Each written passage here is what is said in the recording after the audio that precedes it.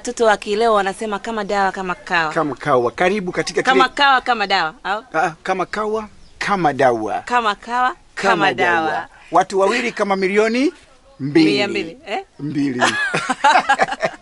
Kipindi hewani zote za kwetu. Karibu sana mpenzi mtazamaji. Yeah. Niko na mchizi wangu. Mchizi? Wewe ndio mchizi wangu. Si watoto wa nani wa kileo. Wewe ndio mchizi wangu. Wewe ndio mchizi wangu. Lakini unajua wewe kwanza Somba. Unajua wewe inachanganya sana. Kwa mfano mtu ndio unajua kuna vile vijiji vile hawajui hizi Viswahili vya mjini vya sasa hivi, si mchizi, sijui nani, kichaa wangu. Msela mwanangu. Sasa unakuja naambia niambie kichaa wangu. Unajua unaweza mtu ukapigwa mpaka kuna kitu fulani kinaitwa mundu. Nikiongea mundu mimi nafikiri zile watu wangu wa kijijini kule mundu wanajua. Anaweza akakupiga mundu hii.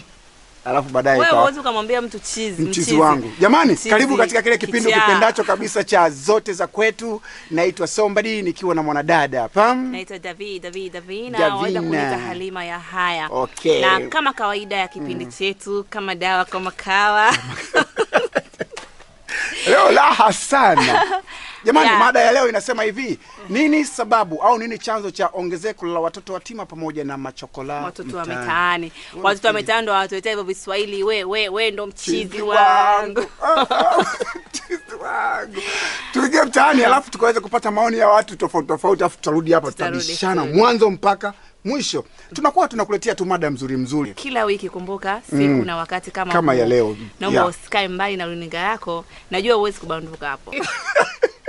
Tuingie mtaani. Okay, tutarudi. Jina naitwa Somebody. Karibu katika kile kipindi kipendacho cha zote za kwetu. Na leo nakuja na mada hapa. Mada ambayo inasema ongezeko la watoto yatima na machokola mtaani. Wewe unahisi nini sababu au chanzo chake haswa ni nini? Nikiwa na wazee hapa au waheshimiwa, nafikiri wao wanaweza kusummarize vizuri au kutoa mchanganuo vizuri ili tuweze kujua sababu yake inayosababisha mpaka omba na machokola kuongezeka jijini Dar es Salaam na Tanzania mzima.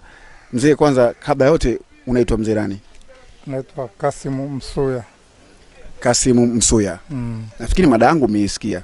Nimesikia. Wewe unahisi nini chanzo ongezeko la machokola na watoto yatima mtaani? Mimi nahisi chanzo chake kutokana na hali ngumu ya maisha kwa sasa hivi. Hali ngumu? Hali ngumu ya maisha inachangia. Wengine uwezo wa kulea watoto wanashindwa. Au ni bora mtelekeze au wengine wapata mimba asizitegemea. Na ushauri kwa wale wenyewe wale machokola au wale watoto yatima ambao wanazurura mle mtaani, ushauri wako? Ushauri wangu ni kuwa endapo anatokea mfadhili kuwa basi nyinyi niweke hapa, wawe na lengo moja kuwa wamehifadhiwa pale na wawe na lengo la kusoma ili epukana na uchokora. Kweli?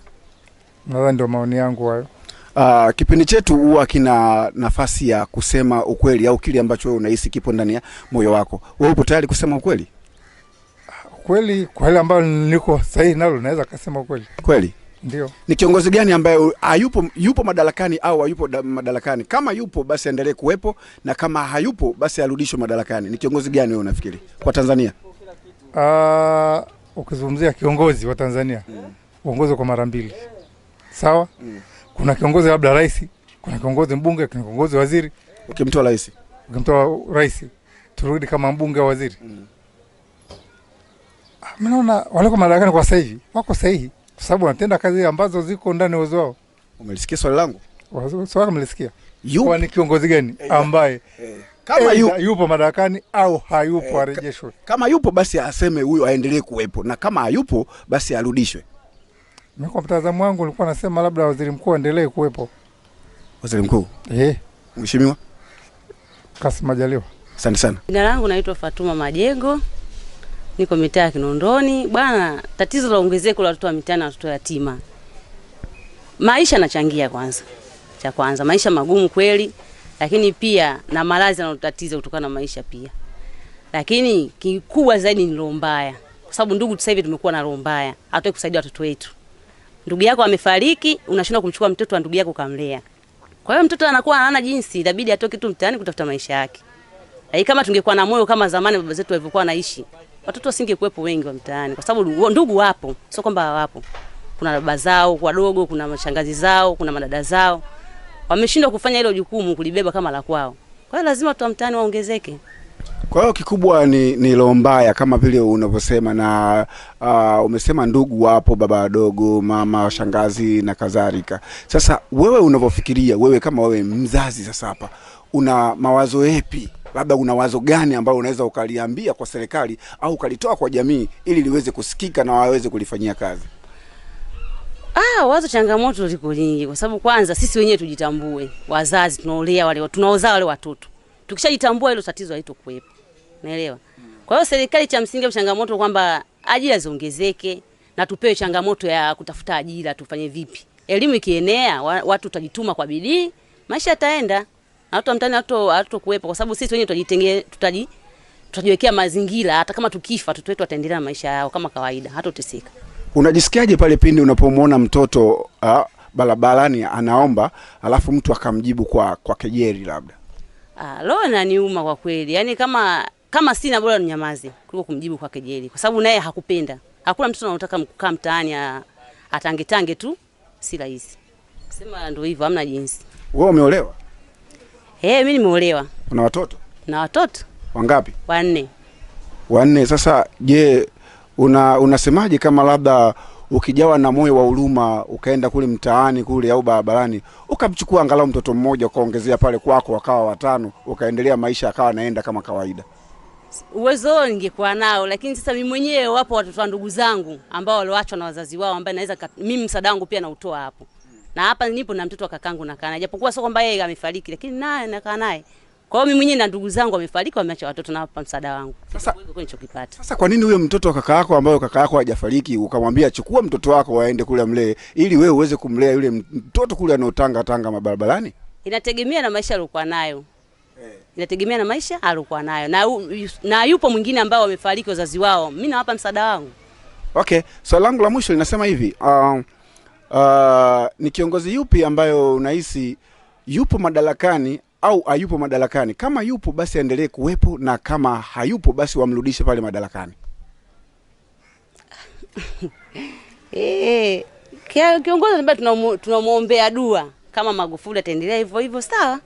Tunaombea dua awe na moyo hivyo kutusaidia, kwa sababu japokuwa ndio hivyo hali imekuwa ngumu sana mtaani kwetu. Yaani sio mtaani, hata Tanzania nzima hali imekuwa mbaya sasa hivi. Funguka jambo hivyo. Hali imekuwa mbaya, maisha magumu. Yaani watu tutajituma lakini hela haionekani. Kwa hiyo tunamuombea aendelee kukaa hivyo, lakini angalia upande wa pili. Mimi ninavyoona chanzo cha watoto yatima mtaani, wanaweza ukapata binti kapata mtoto kwa bahati mbaya, yule aliyempa mtoto akamtelekeza. Moja hilo. Pili, anaweza kawa amefiwa na wazazi wote wawili. Inawezekana yule anayeweza kumtunza yakawa anamshindwa yule mtoto, au kutokana na matatizo mengine mtoto anaamua kuwa chokola kwa barabarani, anazunguka kiomba msaada. Asante sana. Kwa sasa mbona mule mtaani utamkuta labda mama mtu mzima, nashukuru kwamba wewe kukuona hapa unafanya kazi zako vizuri, Mungu akujalie. Lakini kwamba utakuta mama mtu mzima ambaye ndio anatembea na yule mtoto, au mama amejificha kivulini, yule mtoto anaenda juani pale akaombeombe, alafu baadaye ndio amletee pesa. Wewe kama wale unawaambiaje? Watu kama wale sio kama hana uwezo wa kufanya kazi, uwezo anao, isipokuwa anataka tu ile pesa apate ya haraka, hataki kujishughulisha kujiendeleza. Ana uwezo kabisa wa kufanya kazi, ila tu kaamua afanye hivyo apate hela ya kupata kiurahisi. Nini maoni yako kwa watu kama hao? Mimi maoni yangu, watu kama hao warudi wafanye kazi vijijini, au hapa naweza angekuwa naomba msaada wa kusema nipate msingi. Sasa hivi kuna mambo kibao, jasiriamali, ukijishughulisha, ukijifunza, unaweza ukapata mafunzo ukafanikisha biashara yako, kwa unajiendeleza mwenyewe kwa biashara mbalimbali ndogo. Ukitembeza mboga pia nayo unaachana na tatizo la kukaa kuomba barabarani. Sasa labda mama unapata nafasi leo hii kwamba unaambiwa ukachukue mtoto pale hata mmoja uweze kukaa naye ili kama mzazi wake amefariki, unaweza ukafanya kitu kama hiki?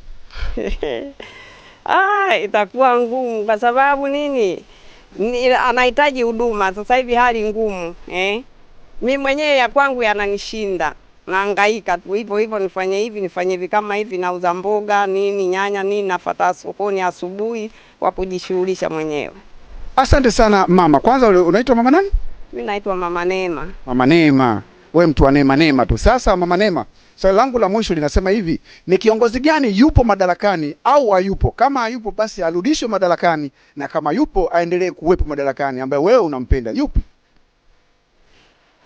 Sasa hayo majanga. Hello watazamaji, kama kawaida ya kipindi hichi, kila tunapofunga kipindi tunakuwa na star mmoja kila wiki, nadhani unakumbuka.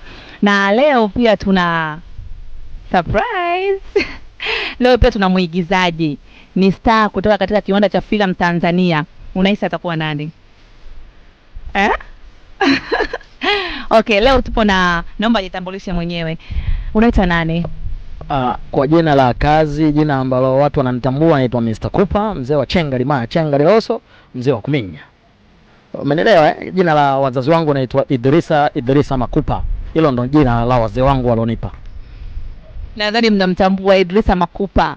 Makupa huyu. Huyu ana kiteko chake kimoja hivi. Hebu naomba nitoe kile kiteko chako kile kwenye. Watu wengi huwa wanakipenda sana, lakini sasa wewe usijizi bwana.